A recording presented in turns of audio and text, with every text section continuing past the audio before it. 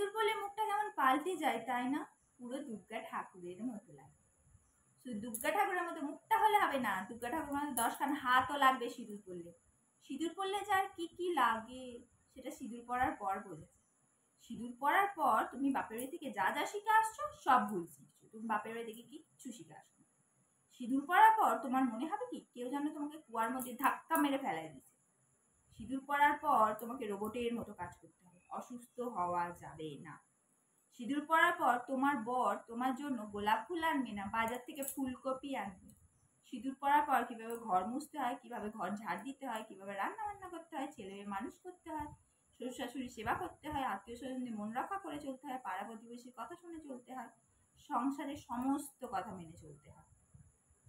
তোমার বর যদি তোমাকে বলে রানী বানাইয়া রাখবে, সিঁদুর পরার পর তোমাকে চাকরানি বানাইয়া দেবে। সিঁদুর পরলে শুধু মুখটাই পাল্টায় না, পুরো জীবনটাই পাল্টে যায়।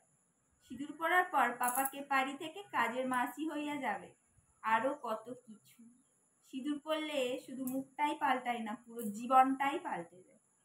লাফাইছো যারা, একবার সিঁদুর পইরাই দেখো, বুঝবা কলির কয় কাল।